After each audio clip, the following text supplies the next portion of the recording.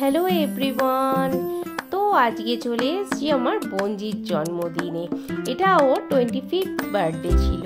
ওর জন্য একটা কুর্তি নিয়ে এসেছি। আর এসেই দেখো আমি পায়েস খেতে বসে পড়েছি। পায়েস খেতে আমার খুব ভালো লাগে, আর দিদিও পায়েসটা না খুব ভালো বানিয়েছিল। এই দেখো আমার মেয়েরও খুব ভালো লেগেছে।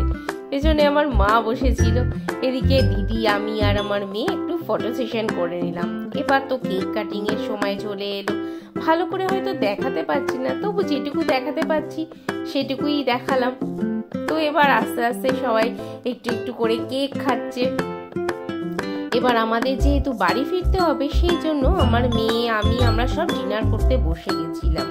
তো ডিনারে ছিল লুচি, তারপরে ঘুগনি, পনির, পোলাও, মাটন, পায়েস, মিষ্টি, অনেক কিছুই ছিল।